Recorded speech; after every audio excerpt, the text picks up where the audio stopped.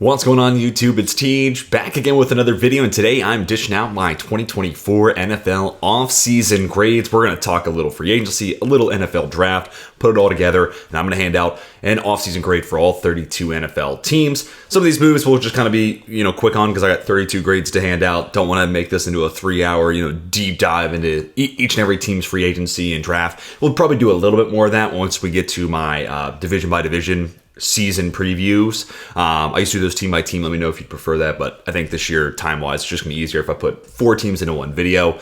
That point aside, let me know what you think about that in the comments. Also, want to apologize. Took off the last couple of Fridays, had a funeral in my family, and then some Memorial Day travel. So I am bringing this to you on Memorial Day itself, 6 o'clock is when this video is being posted. So thank you to everyone who's had family members that you've lost in the armed forces. It's because of their sacrifice that I get to do things like this and dish out my 2024 off-season grades. So thank you all again, and of course Memorial Day. Hope it's a great day and a relaxing one for all those enjoying the day off. And of course, thank you again to everyone who has lost loved ones in the armed forces. All right, let's go ahead and kick things off. It looks like this tier list is done by division, so that's fine with me. We start off with the Buffalo Bills. I gave their free agency a C. I gave their NFL draft a B grade, and all in all, that's going to accumulate into a C+ grade for me in the Buffalo Bills. As we go through this, I will be putting these teams in the order, so this is not just free agency grades. This is technically a ranking too. Spoiler alert, the Bills are going to be one of the lower ones. And, it's just tough. I mean, free agency, it's hard to think about this team being better when you're swapping out Stephon Diggs and Gabe Davis, who I'm not even a huge Gabe Davis guy, but those two for Curtis Samuel and Mac Hollins, Chase Claypool, it's, and then also losing Jordan Poyer, and I like Taylor Rapp, but, there's still some safety turnover. That's been a big part of this team's identity, too. So, and part of my free agency grades is dictated by where I think this team is, 1, in a rebuild, but also 2, in regards to the salary cap.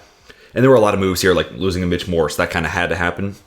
But also because of that, you did make some moves that I wonder if they would have made without it, and I wonder how it's going to play out long term. This is not going to be really a negative or a positive, but Deion Dawkins, I think, is a good player. 3-year extension. The news first came out, he was cut, and then it was an extension. It was kind of a weird thing, but they did extend some of these players on the active roster. AJ Epineza. So I want to know in a couple years' time how we kind of look back at those extensions. I'm not really factoring that in here. And then for the NFL draft, a lot of weight on Keon Coleman. He's definitely been a social media star, no doubt about that. Cole Bishop, I think, is a really good player for that system. And then a couple of later, draft picks, Edifon Olafosio. I think that's a solid Tyrell Dodson replacement. Some off-ball linebacker depth. Cedric Van Pran, could see him being a Mitch Morse replacement as soon as this year, really. So, and you'll see on the tier list, I didn't give anybody worse than a C. I think the NFL has gotten a lot smarter, and I think teams are becoming, smarter just about how to go about the offseason, managing the salary cap, and then also how to treat draft picks, both with trading up, but also the value of reaching versus the value of let's just see if he gets to us next round, whatever. So I think teams have just gotten a little bit sharper when it comes to their offseason process as a whole. So C is the worst grade I'm going to give out today. So Bills are team 31, but nevertheless, despite that wide receiver hit, I still think this team can be very, very good. It's just going to be the Josh Allen show, and Joe Brady's going to have to make it work with these new receivers, which, we'll talk more about that in the season preview. I think there's a world where this could work out. Then we get to the Miami Dolphins. I gave the Dolphins a B- for free agency, a B+ for the NFL draft. Free agency was that, you swap out, I actually think in a lot of ways, Kendall Fuller might end up being an upgrade, an outside corner too over Xavier Howard, but we'll see. We'll find out with some time.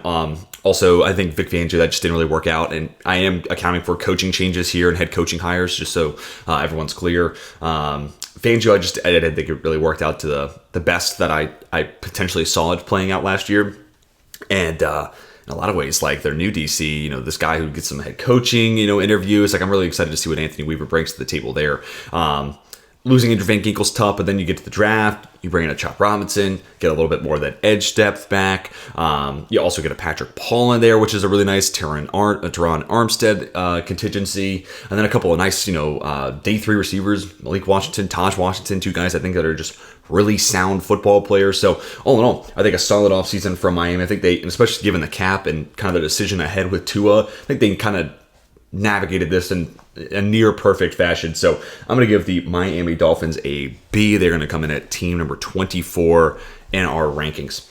Next, the New England Patriots. I gave their free agency a B, drafted B+. And this is a team that like you really have to take into account, like, where is this team in a rebuild process? So their free agency isn't super sexy, but bringing back Mike Onwenu, I think, is a really good move. Let's see what Jaquimo Okorafor is all about. Jacoby Brissett can be a guy that could start right away, especially if you're not comfortable with Drake May being your day one starter. So, I think free agency was just kind of littered with, almost kind of shades of the Texans moves a couple of years ago, where it was like, yeah, we're kind of in between stage right now. We want to get guys who could start right away, but we're not really ready to break the bank with anybody yet. So I think New England kind of handled the free agency really well, and just didn't try to overextend themselves. And also, I'm excited about this Gerard Mayo tenure. I think in a lot of ways, New England's a place where like I could see you want to stick with something that's already worked, but you just need a new voice and just kind of a little bit of a revamp, but you kind of want to keep that same Patriot way. And I think Gerard Mayo is the way to kind of thread that needle. And I like their draft too. I mean, Drake May was my QB2. He's a blue chipper for me. Javon Baker, Jalen Pollock, two guys that were definitely my guys at the receiver spot in a loaded receiver class. Some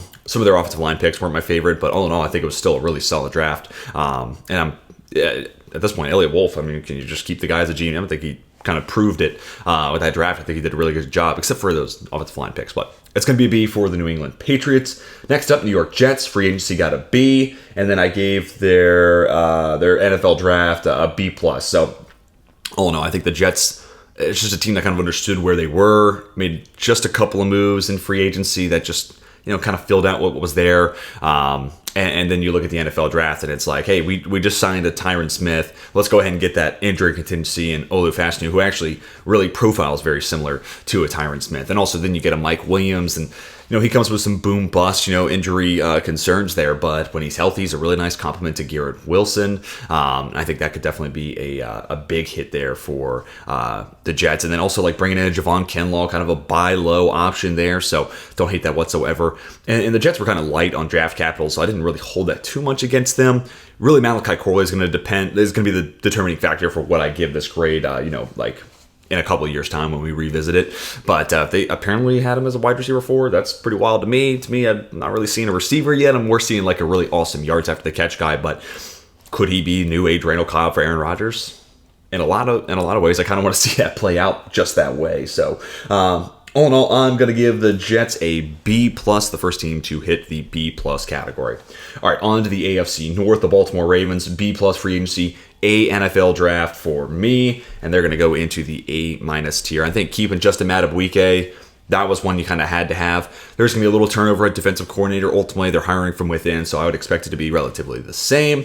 And then also, you signed Derrick Henry. This feels like I've been kind of waiting for the Ravens to like trade for Derrick Henry for some time now, and now they just do it in free agency. So I mean, they're just smart organization, right? Like, why give up picks when we have the chance to get them in free agency? So and ultimately it paid out their patience. And 2 years, $16 million. I don't think that's a bad value for a guy that's still one of the best running backs in the NFL, and he makes for a really interesting complement next to Lamar, next to Keaton Mitchell. So really excited to see what that. I say that as a Steelers fan. I'm cautiously excited to see where this goes out or goes from here in Baltimore. And then you get to the NFL draft, and I mean those first 3 picks for me are just like A process. Nate Wiggins falls into your lap. Sure, we can take a corner. Let's go do it. I felt like a BPA pick.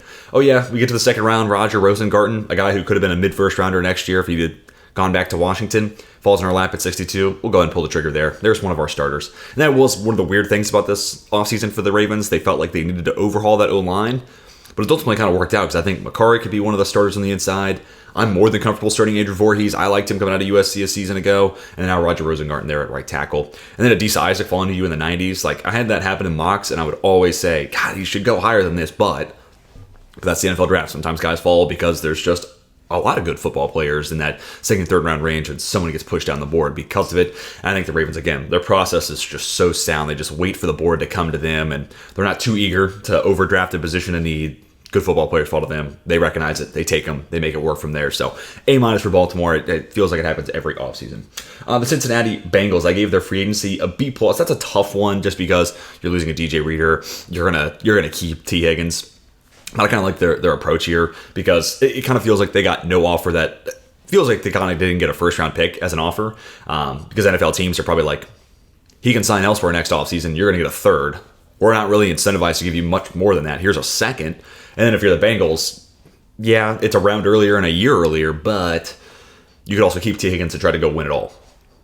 and then get that third round pick next year. So I don't know if really they got the offer that was worth like moving on from Higgins a year early. So I kind of like their process from that standpoint. And again, it's going to be hard to replace Reeder, but bringing in Sheldon Rankins, he's been kind of up and down in my opinion, but his upside is definitely like a solid run stopper. They also draft one, and Chris Jenkins kind of getting their draft now. I gave that an A, I gave that an A minus, but nevertheless, like Amarius Mims didn't need him to start this year because you bring in a Trent Brown, another under the radar kind of free agency move. But now, you have these three massive human beings, Trent Brown, Orlando Brown, and Amarius Mims. But now Mims doesn't have to be rushed into a starting spot, especially given his injury history. It's probably good to just continue to let him just kind of build up some confidence. Granted, his injuries at Georgia were like teammates falling on him, kind of freak things. But nevertheless, you don't have to rush him to a starting spot because he may not be there. Only like 600 college snaps. He might not be NFL ready yet. But long term, they're filling that position for the years 2, 3, 4 on his rookie contract. They're thinking a year ahead. So really like that process. Chris Jenkins, a really solid pick too. And then just kind of the rest of the way, just like solid process there. Duke Tobin has just become one of the like smartest GMs in the league, man. I really think he's kind of cracked that code. And he's been a big part of this Bengals turnaround, him and Joe Burrow in a lot of ways. And Jamar Chase, of course, to me deserve a lion's share of that credit. But all that to say, I'm going to give the Cincinnati Bengals a B+, and they're going to be the number 12 team in this ranking. And let me just double check and confirm. I do believe they are going to be ahead of the New York Jets. Yes, they are. All right, let's get on to the Chicago Bears. And actually, this is the Cleveland Browns. Sorry. I don't know why that logo looked like it was orange and blue to me. But anyways, the Cleveland Browns, B+ free agency, and then a B draft. Another team that was kind of light on draft capital. When it comes to free agency, bring in a couple of off-ball linebackers, been a problem spot. So, Devin Bush and Jordan Hicks, can they give you a decent floor? I think they could, be a tandem that does that. Re-signing Zadarius Smith to me is a big one. I think last year was easily the best supporting cast from that D-line around Myles Garrett that he's had in his career. To me, it was much needed to keep those guys around. And then you get to the NFL draft, and again, no first rounder, but Zach Zinter, I think, is a future starter. Michael Hall, I'm very fascinated to see what that turns into because again, don't know if he'll be much in the way of like a run stopper, but let's just say it's 3rd and 10, and now you're having to deal with Myles Garrett, Darius Smith, Michael Hall Jr., and other guys on that defensive line that are a force in and of themselves. This is going to be a team that where like you're on a 3rd and long, and the drive feels almost just done before the play starts, So I like a lot of what the Browns have done. Just another team that's I always just feel like I can see where they're trying to go with this, and I'm a big analytics geek, and I feel like a lot of teams in the AFC North outside of the Steelers, they're starting to get there, but they have really kind of embraced that, and they're kind of the forefront of what I said earlier, where teams I feel like are getting smarter. They're finding those corners that you can cut, and it kind of feels like it started with the Ravens and the Browns, and then the Bengals caught up. I think the Steelers are getting there too, but the league as a whole is kind of picking up on it as well. But the Cleveland Browns are going to come in as the number 27 team. And again, number 27 team, but they're going to get a B. So they're behind these other two AFC East teams, but it was still a solid offseason. It was also one that just didn't need major overhaul. Another reason it's also in this category is the Jerry Jeudy trade. You look at the trade itself, and it's like they're buying low on Jerry Jeudy. I love that. And then you see the extension, and they're like, are they buying low? Or are they kind of buying market value here? Like, I don't know. So, and honestly, the extension price is part of the reason the trade is so, low cost. But hard to say that this isn't the best, even though I'm a little hesitant to say this because Deshaun Watson hasn't been great. This has got to be the best quarterback situation Judy's had, right? Like, he's had Joe Flacco, Case Keenum, Russell Wilson, Jarrett Stidham for a point last year. I think Deshaun Watson's the best guy throwing him a football during his career. Like, it's kind of wild. Look at the Broncos quarterback since 2019. Like, it's not been pretty. I think Watson is the best of the bunch. So we're going to get to see. And ultimately, that trade might look that much better, and that extension will look better with another year's time. But right now, they're going to go in the B category. Still a solid offseason for Cleveland.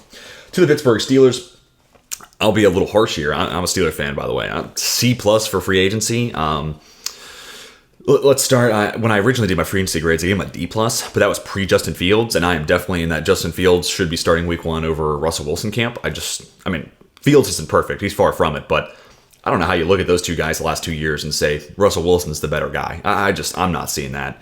And then you talk about just the rushing ability and what that will open up too. I think Fields has just been better across the board, plus much better athlete that can kind of keep defenses honest. But also, I'm not the world's biggest fan of the Patrick Queen signing. I feel like I'm probably one of the lower Steeler fans on that. But I did kind of like pivot and change my rhetoric around that a little bit once I saw the guarantees.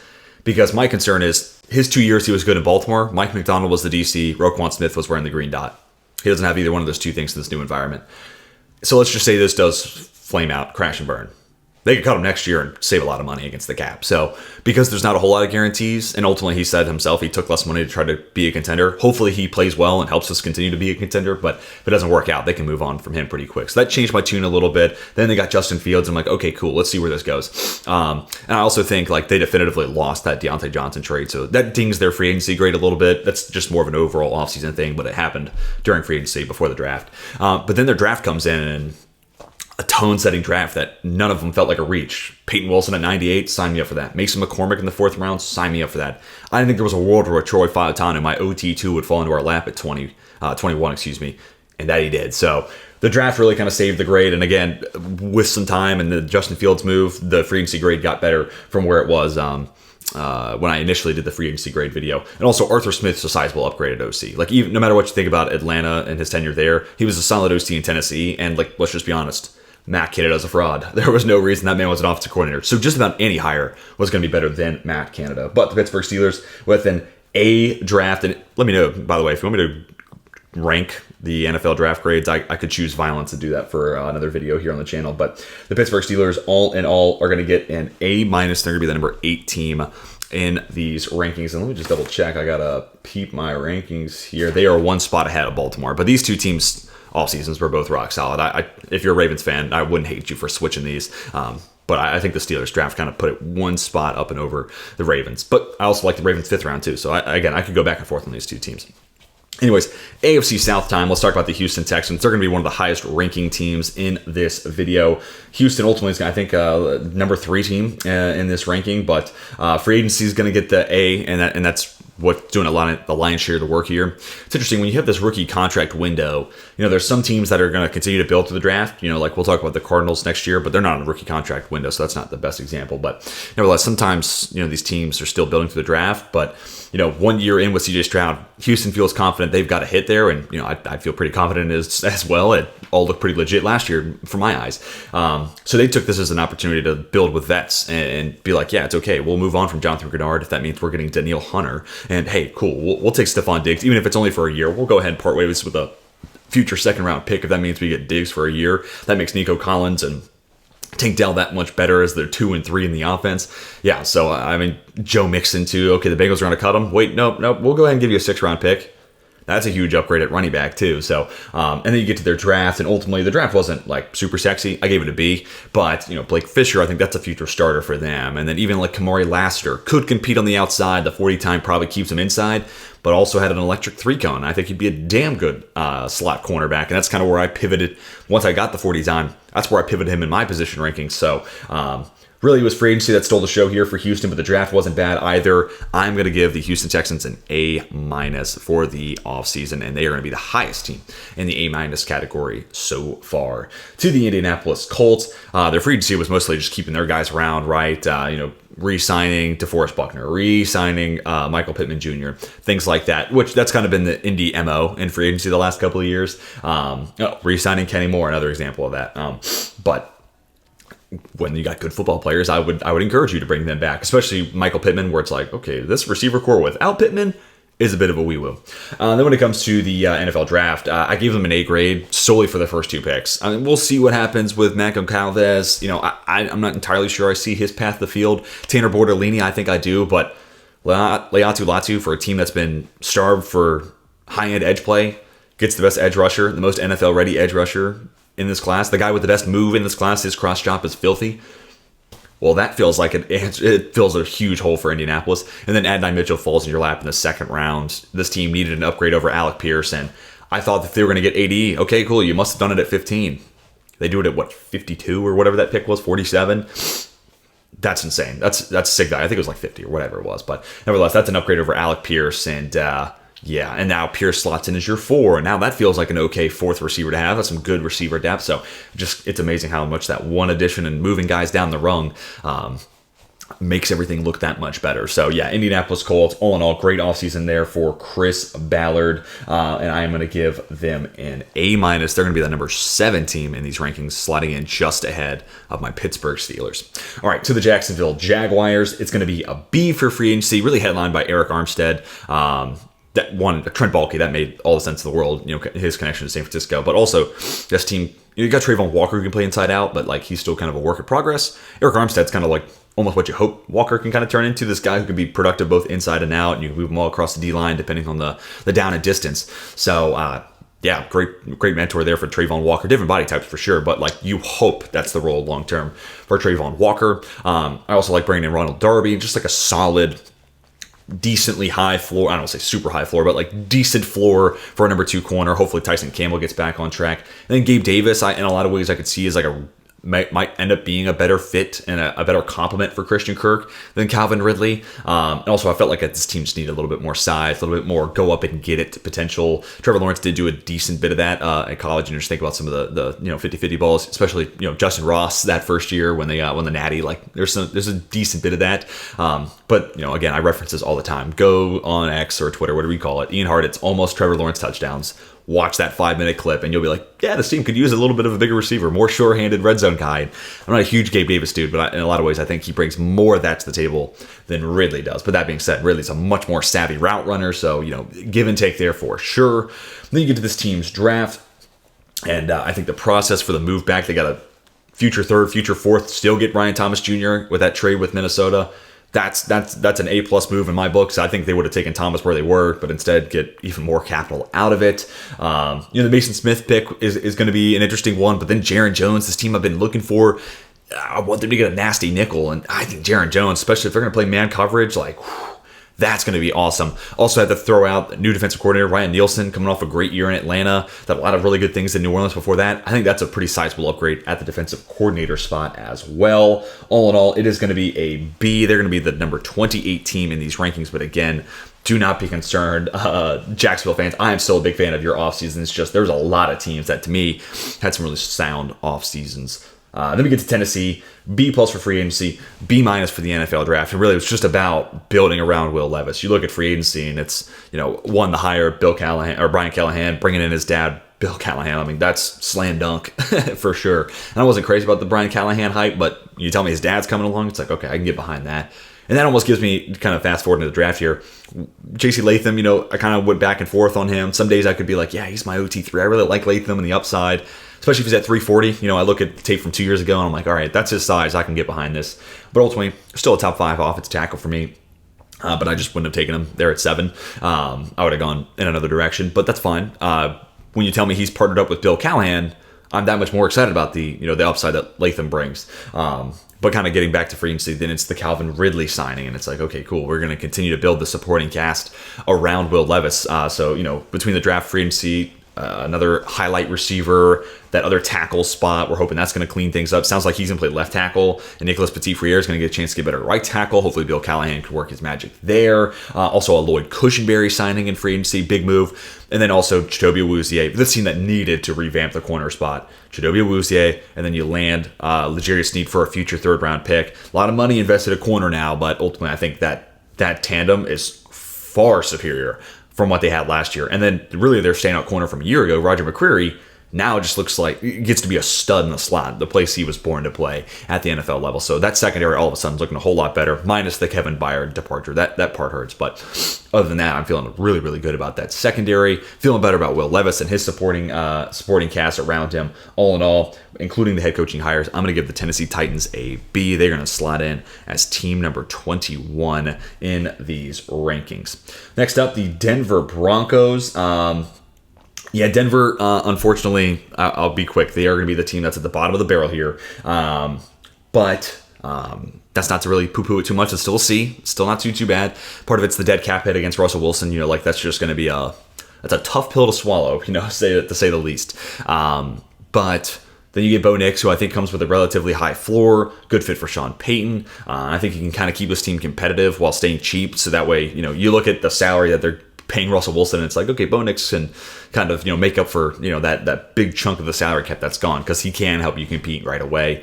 The Judy trade hurts, and now this receiver spot's looking, we'll see what happens. But then they get Troy Franklin in the draft. Okay, I'm not a huge Troy Franklin guy, but should he gone higher than the 4th round? To me, yeah, probably. Chris Abrams-Drain, I think, could be their number 2 corner as soon as week 1. Really, I think he could. Even saying that as an outside corner, that's where he played in Missouri. He's not the biggest guy, but he just gets the position.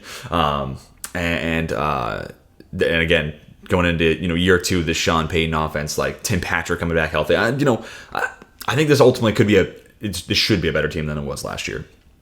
Sean Payton should get more out of this team. But there's still some question mark to have about this team, and just a few spots in just kind of the construction of it. Again, moving on from a Jerry Jeudy, it's like, okay, well, is Tim Patrick going to stay healthy? Like, what are you doing, Cortland Sutton?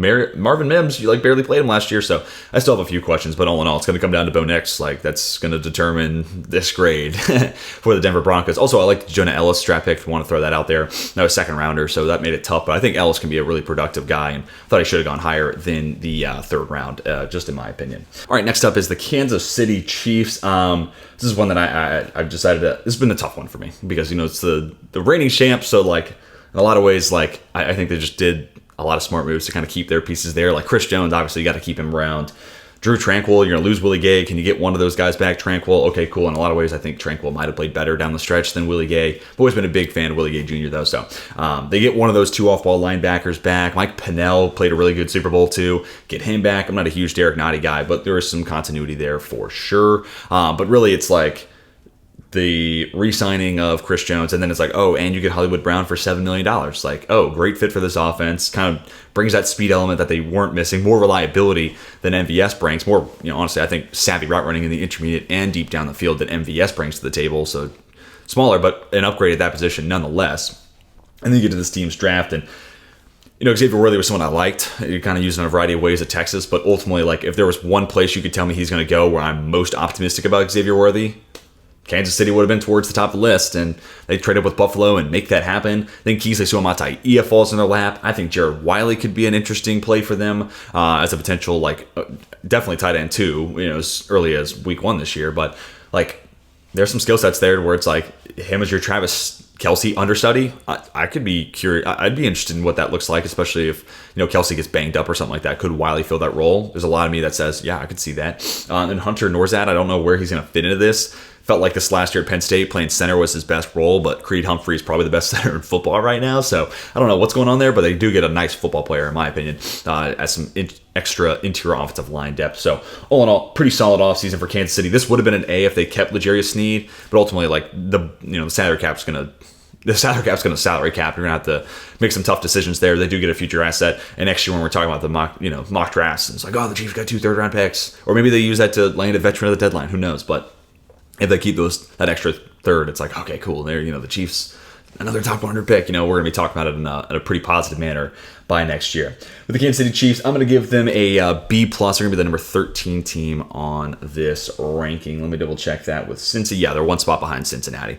The Las Vegas Raiders are next. It's going to be a B for free agency, B- for the draft, and all in all, they're going to get a B-. They're going to be team number 29. Again, not trying to put down the Raiders. I think they made the right head coaching hire with Antonio Pierce. They had to learn from the Rich Bisaccia, ultimately, quote-unquote, mistake, because, boy, did it not work out with Josh McDaniels and co. So I think they made the right move. Also, I think Max Crosby and Devontae Adams themselves would have led a revolt had they not hired Antonio Pierce. So really, the reason I can't get anything higher than specifically in free agency, a grade of a B, is because it's Gardner Minshew and Aiden O'Connell as your top 2 quarterbacks going into next year. They were just the one team kind of left without a chair when the music stopped playing, both in the draft and in free agency, which is tough. But sometimes it shakes out that way. And I will say, at least they didn't get desperate and go out there and make a move and a panic draft pick or something like that. So they kind of held tight on their laurels. And I think Antonio Pierce wants to run the rock and win with defense. And Gardner Minshew, in a lot of ways, is he's gonna throw a couple games away for you because he's gonna have a couple bad ones, but he can also have success in that type of environment. Look at Indianapolis last year. Losing Josh Jacobs is going to be a huge ding towards that identity, but potentially Zamir White breakout season, I'm interested in him for fantasy big time. But also they keep Devontae Adams. They throw Jacoby Myers there. You then get to the draft. Brock Bowers, him and Michael Mayer, that's a really interesting compliment. Again, for this pound the rock offense, run play action off of it. Kind of an interesting identity add. I'm a little worried about the Luke Getsy hire. Like, I don't know. We'll find out this year how much was Fields impacting his offense, how much was he impacting Fields. We're going to get some A/B analysis this year with those two guys, both in different spots. And for the rest of the draft, they get the name is escaping me now. Big, tall, long corner from Mississippi State, whose name again is escaping me. Also, Jax Powers Johnson. They announced him as a guard, so I'm fine with that. I think he could play either spot. He was just outside my blue chippers. To me, just a guy that there was no reason he didn't go in the first round. Great football player, could play center, but they re-signed Andre James, so let's just say JPJ plays left guard, Dylan Parham slides over to right guard. We see what Thayer Munford's all about at right tackle. Could see a world where he's about Jermaine Illuminor, if not maybe a little bit more. So Illuminor's been a solid player. So if he's a Illuminor level, that's a good step forward for Thayer Munford. And I could see this offensive line being A-okay, you know. Really, I can't believe I neglected to talk about this. One of my favorite players in the league, Christian Wilkins, now a Las Vegas Raider, and that was the big free agent signing there. They put a lot of eggs in that basket. This team needed to get better on the interior. How many mock drafts on this channel? Go back and watch them from 2021 draft, I think, is when I started. I've always been wanting to give the Raiders a defensive tackle, and finally, in 2024, the year of our Lord, the Raiders have made that massive upgrade at D tackle. So thank you, Las Vegas, for freeing me from that that chore of future mock drafts. Anyways, let's get on the Los Angeles Chargers. This is one of the ones that's probably the toughest one for me because I gave their free agency a D+, right? Not a whole lot of sexy moves being made there, right? Moving off of Keenan Allen for a fourth, cutting Mike Williams, not great. But you keep the couple of edge rushers, that's for sure. And really, the big ticket free agency, move, if you want to call it that, is the hiring of Jim Harbaugh. Also, him bringing over Jesse Minter as defensive coordinator. I think this is the scheme that's going to start to take over the NFL. Mike McDonald, Jesse Minter, this Michigan-style, Baltimore-style defense. I think teams are going to start hiring from that coaching tree pretty consistently over the next coaching cycle. So free agency was more about overhauling this roster for Harbaugh and co. I'm a little iffy about the Greg Roman OC thing too, but we'll see. It'd be nice to see the Chargers team be able to run the football and take a little pressure off the shoulders of Justin Herbert. But, if you got Justin Herbert, let him win you games. Just my opinion. But then you get to the NFL draft, and that's where I think this team, on top of the Harbaugh hire, they crushed it. Like Ladd McConkey in the second round, love that. Joe Alt, I think, hey, if we're going to go off the tackle, he's the best one in this class. I think you're building that infrastructure around Justin Herbert. It also helps Greg Roman, what he wants to do on the ground, but you're also just trying to keep Herbert upright. And I love that Alt pick. I think he can make the switch to right tackle just fine. Ladd again in the second round, but also like Brendan Rice, Cornelius Johnson.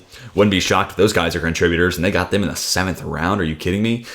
So across up and down, and the Junior Colson in the 3rd round. Yeah, it was a Cam Hart, Kamani Vidal. I can keep going on and on and on. A lot of guys that I liked the Chargers ended up getting at a great value spot. So I think the draft, the Harbaugh hire, that's ultimately what I'm looking at most here, because that to me is the identity for this Chargers team moving forward. I am going to give the Los Angeles Chargers a B+. I was teetering between B+ and an A-, but they're going to be the number 11 team in these rankings. And just double checking, just one spot ahead of Cincinnati.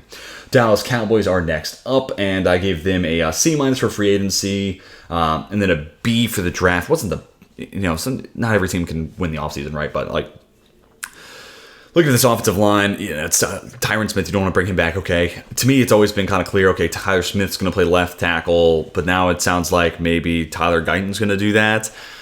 I don't know. I'm hoping there's a world where Tyler Smith just plays left tackle. I think he can make that transition. I like the Cooper Beebe pick. Easily one of my favorite picks for the Cowboys. Play him at left guard, Terrence Steele over at right tackle, and you build up Tyler Guyton over the course of a season. Or if Terrence Steele struggles like he did last year, you just let Guyton get that chance to start sooner rather than later. But, Stephon Gilmore's still on the market. I know he started to kind of felt like he lost a step towards the end of last season, but still ultimately a pretty good football player. Obviously, you get Trayvon Diggs back off of injury, so maybe that won't be the biggest net loss. Eric Kendrick's kind of the big free agent signing, that and like Zeke, I guess, but you lose Tony Pollard. I'm still kind of concerned about that backfield, and also didn't get that Michael Gallup replacement, which is the biggest thing. You got CeeDee Lamb, you got Brandon Cooks if he's healthy. That's a pretty good 1-2 punch. So I don't know. It just wasn't there wasn't a big splash move there for Dallas, and I don't know if they necessarily needed one. They're mostly trying to keep everything intact. So all I have to say, still not a bad offseason there for the Dallas Cowboys, but I am going to give them a C+, and they're going to check in at team number 30 in these rankings, just ahead of the Buffalo Bills. So you have team 30, 31, and 32. That's our bottom three. Again, no disrespect to those three teams. I still think there's things to be excited about, but don't totally kill me. Hopium season is alive right now. Ultimately, I don't think these three teams made the biggest splashes, and in a lot of ways, Cap kind of helped the... Anyways, we've already talked about these teams. Let's move on now. New York Giants. Let's get a B for free agency, B plus for the NFL draft, and all in all, going to be a B plus for the Giants. And I think they're just behind the Jets, if my memory holds. Yes, they are. But yeah, the Giants, I think Jermaine Illuminor, especially with the offensive line coach coming from Vegas over to New York, a lot of continuity there. The trade for Brian Burns is the big headline move. They needed another edge rusher, him plus Thibodeau, really exciting, super athletic tandem there on the edge. Had to pay him the money, so that's kind of, I think they got him for a good trade value, but then you got to pay him, so hopefully he works out. Devin Singletary, I could see him being a pretty solid fit. John Runyon feels like a bit of an overpay, but also, starting offensive linemen are at a premium right now, so if you can get a starter and feel confident about it, okay, they're going to be relatively expensive. So I think a solid free agency, with just enough moves, plus the big headline of Brian Burns to kind of patch in the holes where they needed it. Corner still a bit of a concern for me. And then carrying into the NFL draft, didn't address corner, but Malik Neighbors, I think, could easily be this team's number one. He could be a combination of a big play threat, yards after the catch weapon, number one, X type of guy. I think he could do a little bit of everything.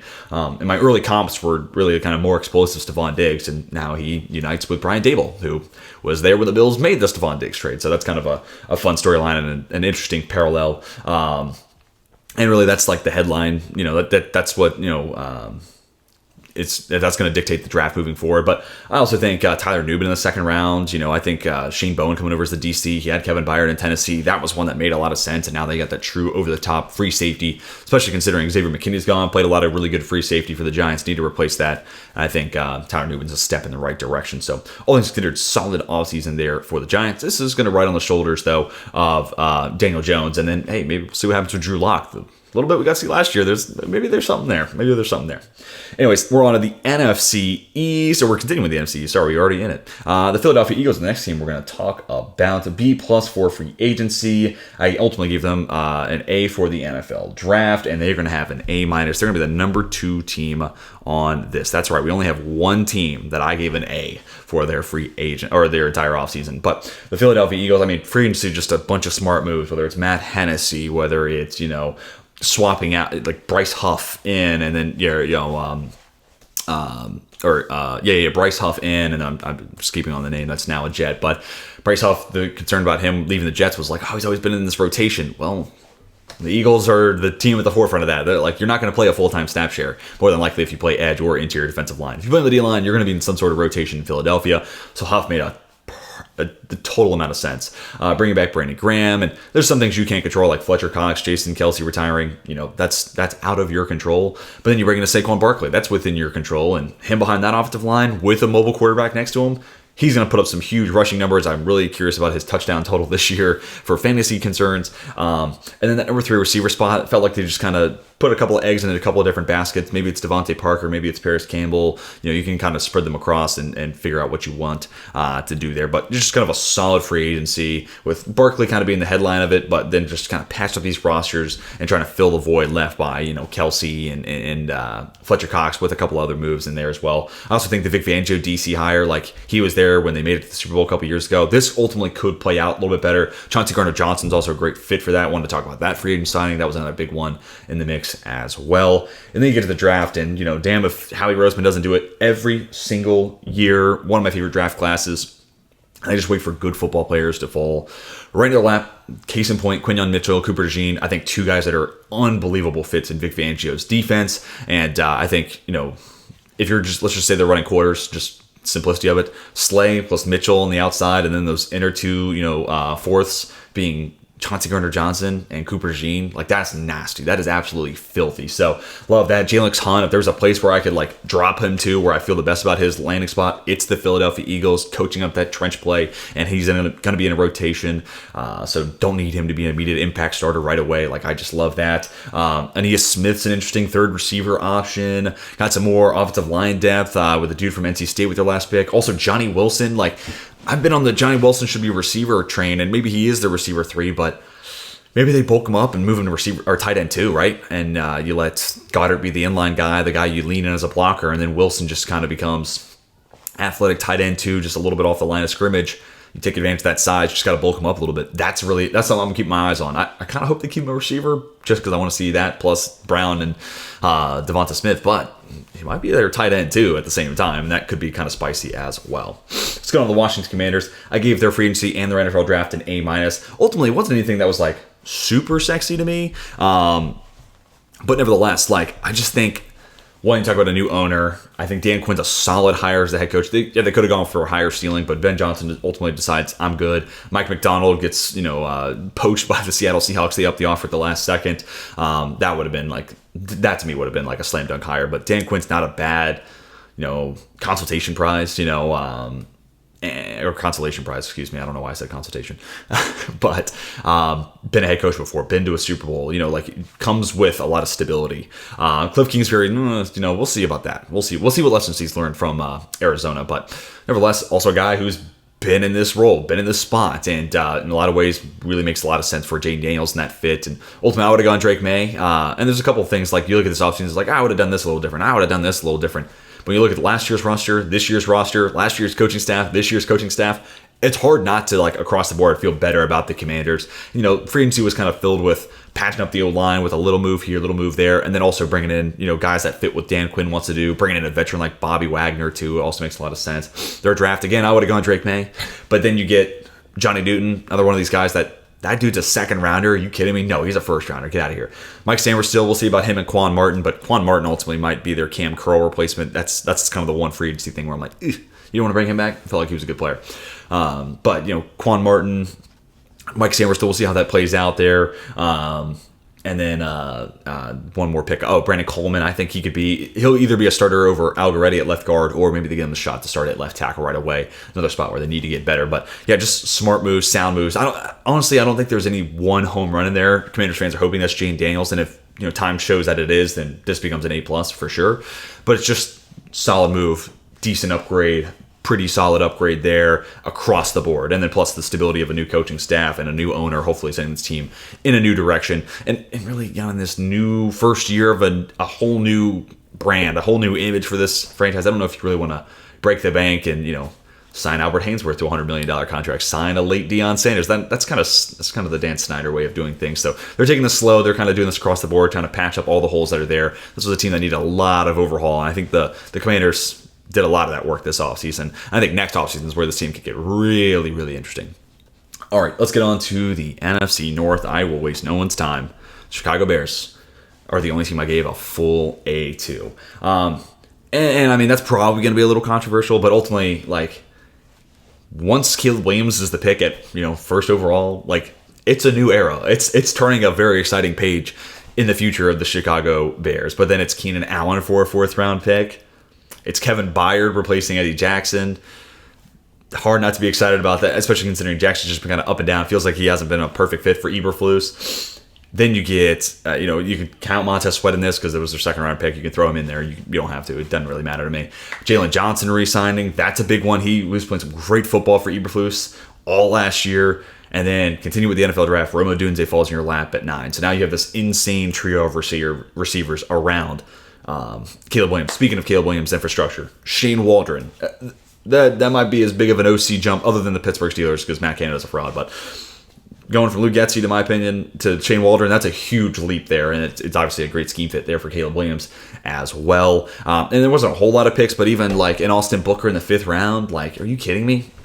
Yeah, I feel like the Bears did everything they needed to this offseason. And obviously they have the advantage of, we have the number 1 overall pick given to us by Carolina. But, sometimes it takes a little bit of luck. Sometimes you need that. And ultimately they get Caleb Williams because of that. And then they don't say, we've done our offensive pick. Let's not go that direction at 9. And then, again, Ryan Bates and free agency, just a bunch of these smart little moves across the board that just kind of patch up and fill in the holes on that roster and just kind of put Caleb Williams into a really solid ecosystem while also keeping some of those defensive pieces there as well. And as long as I hear Matt Eberflus is calling plays on the defensive side, I think they've got the right 2 play callers now in place there for Chicago. So let me know. I think Bears fans will be excited about it, but Eagles, Houston, Washington fans, let me know. Do you think that Chicago should be up there? Do you guys think that your team should be up there in the A range too? I'm open to that discussion down below. All right, let's get on to the Detroit Lions now. They're the team that I think had a great offseason, B+ for free agency, and I gave their NFL draft an A. And ultimately, they're going to get an A- and be the number 6 team on these rankings, which I believe is just ahead of Indianapolis. Yes, it is. But you look at the free agency period of like Marcus Davenport, 1 year low, like there's some boom there, but like there's not a whole lot of bust because it's a 1 year contract. Carlton Davis, same thing. We're like, hopefully he gets back on track. If he doesn't, you'll let him walk next offseason. And then bring it back in Emmanuel Mosley. Another kind of one of those moves that kind of fits into that image. Graham Glass now. Okay, cool. There's one of our 2 guard spots filled, and we'll let Jonah Jackson get paid big money by the Rams. That's fine. The Goff extension, like I'll be honest, I'm not crazy about him making $50 million a year. Like Goff to me is good, not great. And right now he's making great money, so we'll see what that does for the salary cap. But that being said, Brad Holmes keeps knocking it out of the freaking park with the NFL draft. So it might not matter because they might always just have cheap young talent like Terrion Arnold falling into their lap at 24. Are you serious? And then they're saying, hey, well, Carlton Davis might not be good this year. We might let him walk. We still need another corner. Ennis Rakestraw Jr. fits with what they want to do, kind of has that kneecap biting mentality. I know it's so lazy to say, but I feel like he's a really solid culture fit there. Also, just being a sound football player, as good of a pure football player you're going to find really on the board at 60 in the NFL draft. So there's a potential answer there at outside corner. And it kind of keeps going on and on and on. Brad Holmes just continues to knock it out of the park with Mekhi Wingo and then Christian Mahogany in the 6th round. Dude, when you get into 3rd and longs, Aleem McNeil next to Wingo could be an absolute problem. And then Mahogany, I think, is starting in next year's time for Kevin Zeitler after they let him walk at free agency. So, yeah, just Brad Holmes. The process is just impeccable. And I think their free agency was really, really solid with a lot of high upside plays, but the bust really isn't there factoring into the equation. So, yeah, the Lions, just another great offseason there in Detroit. Green Bay Packers are up next. I gave their free agency a B. I gave their NFL draft a B+. And ultimately, their free agency grade is going to be a B+. They're going to be the number 17 team, which I think is just behind the Jets. But when talking about the Green Bay Packers, free agency, it's swapping out Aaron Jones for Josh Jacobs. I think ultimately you're kind of getting Aaron Jones of a few years ago, just, the younger version of it, again. So they're kind of resetting the clock on that paying a running back window, which I don't mind whatsoever. I think Josh Jacobs has really found his stride and turned into what we were hoping he'd be coming out of Bama. And then Xavier McKinney, like that's the big move. And then the change of defensive coordinator, like Joe Barry had to go. I don't know necessarily what Jeff Hafley's going to do, but it's hard to imagine it's going to be as soft and as conservative as Joe Barry was playing it, and that kind of kept teams in games for more than they should be against the Packers. Joe Barry stepped it up down the stretch last year. I'll give him that, but he was also the DC for the winless Lions. So like how he got another DC job in that same division is kind of wild. Anyways, Xavier McKinney is a huge upgraded safety, which they absolutely needed. They kept Jair Alexander. Felt like he really wanted to leave midway through last year, but they were able to kind of repair that relationship. Then you get to the NFL draft. Jordan Morgan, I think you just play him at guard. I'm feeling confident about that. And then, kind of even further down the board, I feel like I always love this team and their later picks. Like I always just feel like I love what Gutekunst is thinking on days 2 and days 3. And I think Edgerrin Cooper, this is one of the places that he could go, and I feel really optimistic about his upside because they got Quay Walker to be more NFL ready pretty soon than I thought was possible. And I think they could do the same thing with Edgerrin Cooper. They also get Javon Bullard. This was one of my dream landing spot slot corner to this team. Javon Bullard, please make it happen. He's gonna be huge reinforcements in the run game while also being if they're gonna play man coverage, he's gonna be sticky there in the nickel in that spot and make everyone else look that much better. And he'll take away a lot of throws over the middle of the field. So really like what the Packers did, and both from the coaching staff and then retooling the roster a little bit, man. The NFC North is gonna be an absolute force to be reckoned with. Let me just double check the grade really quick with where they are. They're actually, they're supposed to be right behind the Jets, so they are in the perfect location. Let's move on now to talk about the Minnesota Vikings. B for free agency, B for the NFL draft, B for the overall grade. They're going to slot in as team number 24 in these rankings, just ahead of the Jacksonville Jaguars, actually ahead of the Cleveland Browns as well. But for Minnesota, Jonathan Grenard, I'm really excited. Really, I look at Brian Flores last year, and he would have to show 8 and either send 8 and drop 3 and hope you get the immediate pressure, or he'd show 8, only rush 3, everyone else drops back, and you're just playing this mind game with the quarterback, forcing them to make a decision, forcing them to read the pressure. But I felt like eventually it got figured out. And That's a little tough. Not really the spot where you want to be. So then this free agency, they put in the investment to Andrew Van Ginkel, Jonathan Grenard, and then fast forwarding a little bit, the NFL draft, Dallas Turner. They have given Brian Flores the horses that he needs to be able to generate pressure with 4-man up front. They just could not do that last season. So I think that's a huge upgrade there for this Minnesota defense. I also think like Kyrie Jackson in the 4th round, it's a really solid value. Could totally see him being a Flores-esque type of corner. And then, actually, they're also ahead of the Miami Dolphins. Apologies. But just behind Tennessee. But then the NFL draft, this is going to come down to J.J. McCarthy. J.J. McCarthy is ultimately going to be the deciding factor. I could see a world where he maybe is a little less accurate, a little less, of an overall quality passer like Kirk Cousins, with the ability to touch and be super accurate, high-level processor. Maybe J.J. gets there, but I also think he brings more elusiveness and escapability. I actually have a buddy, one of my best friends, JT, who's on the Hurry Up Offense show, our betting show during the season. He's a huge Vikings fan, and in a lot of ways I could see this playing out kind of like Purdy to Garoppolo in San Francisco, where it's like Purdy does a lot of the same things that Garoppolo did, but then when a play breaks down, he has more ability to extend a play, the athleticism to break the pocket and make something crazy backyard football happen. I think the same could be true here about J.J. McCarthy, and that's what he brings to the offense that Kirk couldn't. So I'm really, especially considering, they've had some interruptive line woes, still kind of looking at that spot in the roster. I'm not wowed by it. Hopefully they bring back Dalton Reisner. But nevertheless, because of that, McCarthy might ultimately be kind of that next step. Okay, the play's broken down. It's your world. I feel a little bit better about what McCarthy and his athleticism might be able to do in that spot versus Kirk Cousins. But not a whole lot of draft picks too, so that makes it a little bit tough. But they're going to be right there in the B category. It's going to come down to J.J. McCarthy and what KOC can get out of him. That's going to be the determining factor when we revisit this draft in a few years' time. The Atlanta Falcons are up next. This is going to be one where this is a tough one, but I think I'm going to surprise people with where I put them. But free agency, I'm going to give them an A. You got Kirk Cousins. This team was a quarterback away. They needed a sizable upgrade there. They did it. So, to me, that I was like, that's the move that kind of solidifies this in and of itself, in my opinion. But also Darnell Mooney, that's a huge ad. Really like that because I think he's a great compliment for Drake London. Also, Rondale Moore for Desmond Ridder swap. One, you don't really want Ridder there considering he just lost the job, but Rondale Moore is a different type of receiver, yards after the catch guy.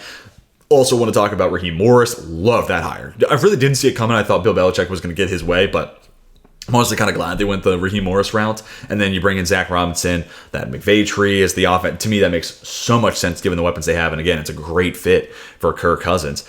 And then we get to the NFL draft, and I'm going to give him a C. Everyone's going to have a problem with the Michael Penix pick, but when you frame this offseason as they got their quarterback for the immediate future and for the distant future, how can you be upset about this? And they're both perfect scheme fits. This whole draft cycle, I was saying, dude, Michael Penix and a McVay offense is going to be lethal. Rams, take him in the second. Find a way to make that happen. Or Atlanta trade back. Or I'm trying to think of some. Minnesota, that was one of the landing spots where I was like, dude, if he goes to Minnesota, that's going to be kind of lethal, low key. But it's Atlanta. Nobody saw that coming. So there's a lot of shock factor there. And I get it. They paid a lot of money to Kirk Cousins, but you look at the guarantees, it's basically a 2-year deal. And I think Kirk for 2 years, Penix thereafter. And for Kirk, I hate that pick turned into how does Kirk Cousins feel when Michael Penix is only going to get drafted one time. He waited a long time in his college career to get to that moment. But anyways, that's another point for another day. Nevertheless, Kirk Cousins is all about making the money and hitting free agency and getting his guarantees. This dude in 2 years is going to become a free agent and get a bag from some other team as long as he stays healthy and plays good football, bounces back from the Achilles. If he does that, he's going to get another bag in 2 offseasons. He's going to be just fine. So in a lot of ways, I think Atlanta got their quarterback for the next 2 years and the guy to eventually be a great scheme fit long term. So love the head coaching hire, love the OC. Ultimately, they got the quarterback position. Feels like they got it solved for the next 10 plus years, in my opinion. Darnell Mooney, love that. Even the rest of their draft, I didn't love Rukaroro, but then Brandon Dorless, that kind of almost makes up for it. 2 kind of tweeners. I'm really interested to see how Morris is going to use those guys. Braylon Trice felt like he lost a lot of value when he's just hashtag a good football player. Watch the tape, see the motor. That's going to translate to the next level. Then it's just going to come down to that number 2 corner spot. I almost wonder if they could be a team that's kind of still lurking on the market for a Gilmore, for an Adoree Jackson, someone of that, that level. So all in all, I can't be super negative here to the Atlanta Falcons. I'm going to give them a B+, believe it or not. They're going to be team number 18. This is going to probably piss off a ton of Giants fans because Giants are there at 19. They didn't draft a lot of ways, maybe we should have drafted a quarterback. It depends on how you feel about Daniel Jones versus the Falcons. I got 2 of them. But anyways, going to be a fun discussion to talk about down below. Carolina Panthers are up next. B- for free agency and then a B for the draft. Free agency, it's about those guards, and then definitively winning the Deontay Johnson trade. Like I said earlier, just to me, like Dante Jackson's nowhere near the caliber player that Deontay is. This team needed a separator on the outside, and that's what they got. Also, I'm excited about this Dave Canales offense, dude. He is talking up Bryce Young. Like he's got me this close to really buying into it. Like it is, it's kind of a fun idea considering the work he's done with Geno and now Baker last season. But yeah, it's those guards, Damian Lewis, Robert Hunt, for a smaller quarterback, you got to keep that clean pocket. It's like when the Cardinals signed Rodney Hudson right at the kind of peak or towards the end of his peak, but he was still like the best pass protecting center in football. And it was because, they have like a 5'9.5", 5'10" quarterback. They need a clean pocket. So Rodney Hudson makes a lot of sense. Feels like that's kind of what the Panthers are trying to do here. I feel like they could still use an upgraded center, but we'll kind of gloss over that for the time being. This Brian Burns trade has been kind of brewing for a while, so it felt like it was just about time, especially with kind of a new regime coming in. So wish they could have gotten more capital out of it, but ultimately that's kind of out of their hands. It was something that was brewing for a long time, and it was just a matter of time before it happened. Josie Jewell, I think, could be a solid football player for them too. Jordan Fuller coming in. Jadeveon Clowney, one of the later free agent signings, I think could actually be a really solid starter for them at edge, where they definitely need some upgrades. DJ Wonnum, another guy that maybe is a solid player for them. More excited about the Jadeveon Clowney of that equation. But nevertheless, I'm going to give the Carolina Panthers a B. They're going to slot in at team number 23, which I believe is just behind Miami. Yes, no, it's just behind Minnesota, and then Miami is there at 24. Let's get on to the New Orleans Saints. It's going to be C- for free agency, B+ for the NFL draft. A lot of that is like getting Spencer Rattler in the 5th round. I mean, I think Derek Carr played better second half last year than he did first half, but he hit some bumpy roads, like Rattler in a dome with Chris Olave, with Rashid Shaheed, and a Shanahan offense with their new OC, Clint Kubiak, coming over. I'm intrigued by that. Kubiak's also a big part of this equation. I feel like they needed to revamp that play calling system. Like the Sean Payton disciple just wasn't living up to Sean Payton's standards, so it was time to make a change there. And Dennis Allen needs to keep his job, so I think that was a decent hire there. They're going to roll with Carr once again. Receiver's going to be an interesting one. You bring in Cedric Wilson. I think he's a solid football player, but who's the real Michael Thomas replacement? Is it A.T. Perry? There might be some upside for that. You re-sign Tyrann Mathieu. You're obviously moving on from the other state, Marcus May, but ultimately I think bringing back Matthews probably the better of almost certainly the better of those two guys, and the more important piece. Extending to Mario Davis, signing Willie Gay is a player that I really like. So just a couple of really smart moves in there. And then you get to the draft, and it's Talise Fuwunga as a replacement potentially for Ryan Ramczyk. We'll figure out what they want to do there with him, Penning, and Ramczyk all still on the roster. And then you again get to that Spencer Rattler pick, and it's like, okay, let's see where this goes. I think that could be a competition sooner rather than later. One last thing I want to throw out there too, Chase Young signing. I think there's some upside there for a team that's getting a little old at edge. Granderson plus Young, could that be the tandem for the next couple of years? Cam Jordan starting to get up there in age. I think that trio ultimately could be what makes it kind of gets this team back on track there at that spot. Feels like they've been a little underwhelming that position the last couple of seasons. But I'm going to give the New Orleans Saints a B, and they're going to check in at number 28 on these rankings. Next up is the Tampa Bay Buccaneers. Liam Cohen, I think that's a solid offensive coordinator replacement. Just want to talk about that real quick. Todd Bowles keeps his job. I'm going to give them a B for free agency, B+ for the NFL draft.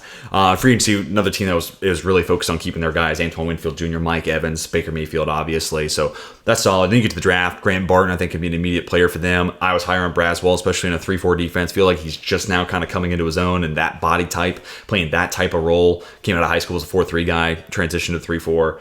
I think he's going to be good in a couple of years' time. And then also overhaul at corner with Carlton Davis gone, but ultimately him and Jamel Dean both kind of disappointing last year. It's kind of two of the same players too, so revamping that spot is probably a good idea as well. But ultimately, pretty solid offseason there for Tampa Bay, and they're going to get a B from me as well, and they're going to slot in as team number 20. Yes, so just ahead of the Tennessee Titans. Solid offseason there in Tampa. Then we get to the Arizona Cardinals. They gave their free agency a B, and I say that there wasn't a whole lot of sexy moves, like Jonah Williams, I guess. Not a whole lot that was super sexy there, but this is a team that's building to the draft, so free agency to me is more like, did you not get ahead of yourself? Did you not overextend and get overzealous and do something you didn't need to do just yet? And did you just take it slow and steady and build the draft? That they did this offseason. I think their draft, they had a ton of picks. I didn't love each and every one of them, but it wasn't one of my top 3 favorite drafts because, Elijah Jones plus Max Melton, that could be a nasty tandem on the outside. Marvin Harrison Jr. makes that entire receiver room kind of fall into place. Darius Williams feels like a guy that Jonathan Gannon's going to move all over the place, get a ton of use out of because of that. So it is going to be an A- offseason, number 5. That I'm going to give out the Arizona Cardinals, one spot ahead of the Detroit Lions. Los Angeles Rams going to be a B+ for the draft and for free agency. They beefed up that offensive line with Kevin Dotson as well as Jonah Jackson. And also like low cost, low risk signings because it's 1-year deals for guys like Trey White. So they kind of get to invest at cornerback where I think they could definitely get better with a guy like Trey White, and also bringing back Darius Williams. He's going to be a continuity fit there as well. Just a lot of really smart moves there from the Los Angeles Rams. And then what was the last? Oh, Cam Curl. Wanted to make note of Cam Curl because I think him, and then getting into the draft now, him and Cam Kinchins, and again a quarter heavy defense. Say that 5 times fast. Are great scheme fits. I think those guys could have a ton of success in that defense. There is a change of defensive coordinator, but they hired from within, so I expect it to be relatively the same. You can't control Aaron Donald retiring, but this draft, and it's amazing. I said in my draft recap grades, I was like, it feels like they understand they're going to have to rebuild through the aggregate. And then Jordan Rodriguez of The Athletic is getting quotes from the Rams coaching staff saying the exact same thing. There's not another Aaron Donald in this class, but could we pick it up with some from Braden Fisk, some from Jared Verse, some year 2 Byron Young, and to replace some of that run-stopping production brings, boom, Tyler Davis in the 6th-round pick. I think that was a really, really solid value. So just a lot of things throughout the draft that they're trying to replace Aaron Donald through the aggregate, and I think they did as good a job as you're really going to find out there. So Rams, really, really sound offseason. I'm going to give them a B+ as well, and I think they're just one spot ahead of the Cincinnati Bengals. Actually, they're one spot behind the Bengals, as well as the Kansas City Chiefs. Apologies, but they're all kind of right there in this B+, really solid offseason. Let's go on to the San Francisco 49ers, another team that I think really knocked out of the park. The draft, I gave them an A. Free agency, I gave them a B. You lose Eric Armstead, but you bring back, John Feliciano. You bring back Colton McKivitz, guys who've been solid starters for you on that offensive line. McKivitz isn't special, but capable. You just don't want to create a big hole there. I think Leonard Floyd is a really interesting fit for them. Yetur Gross-Matos, want to see what they get out of him too. So a couple of names there where it's like, let's see where this goes.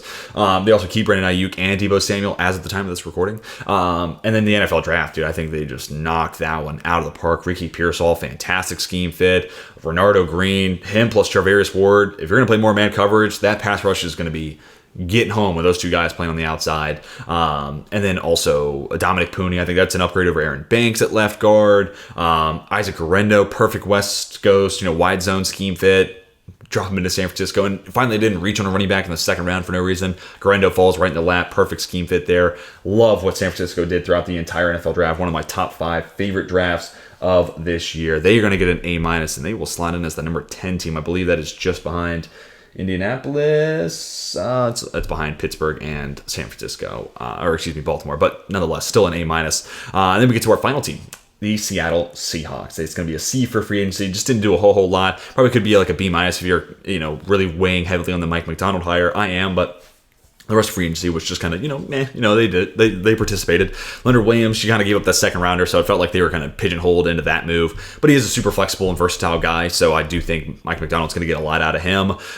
Sam Howell, I think that's a solid, kind of buy into a potential Geno Smith replacement for relatively cheap. Don't mind that at all. Jerome Baker, I think, is a solid player. And I've never really understood why he continues to bounce around the league. So I like Baker a good bit. I think George Fant is a swing tackle like that too. Tyrell Dodson, another off-ball linebacker, played some good football late in the year for the Bills. Him plus Baker, could see a world where these two guys work out just fine at off-ball linebacker for Mike McDonald. Then their draft, I give it a B+, man. Big Christian Haynes guy. They got him at 81. He was player 40 on my big board. And then Byron Murphy was just outside the blue chip range, my top defensive player in this class. I love Byron Murphy. So those 2 picks alone, to me, that's going to get him at least a B. But then I'm intrigued by those 2 Auburn corners they take, right? Pritchett and then DJ James.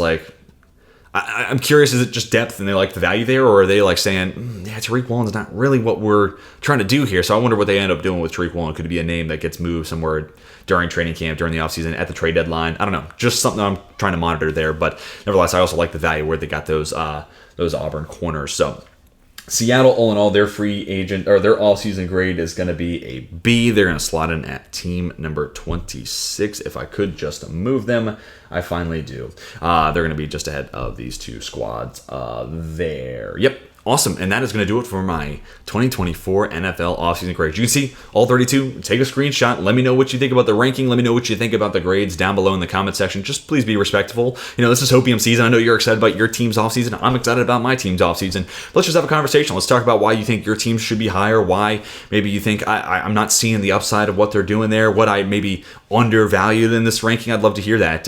Or if you think there's a team that's not your favorite, that you're like, why is that team in the A- range? Like, what? Their offseason wasn't that good. Let me hear that down below. Again, let's be respectful and let's just kind of voice our opinions in a cordial manner. But again, hope you all have a fantastic Memorial Day. Thank you again for anybody who has family members who have lost their lives serving your country. Appreciate your sacrifice. That's what lets me do videos like this. But again, leave those thoughts down below in the comment section. Hopefully you guys enjoyed. Hit that like button. Subscribe if you're new to the channel. More off-season content on the horizon. Hope you all have a fantastic rest of your day. And until next time, my name is Tej, and I am signing off.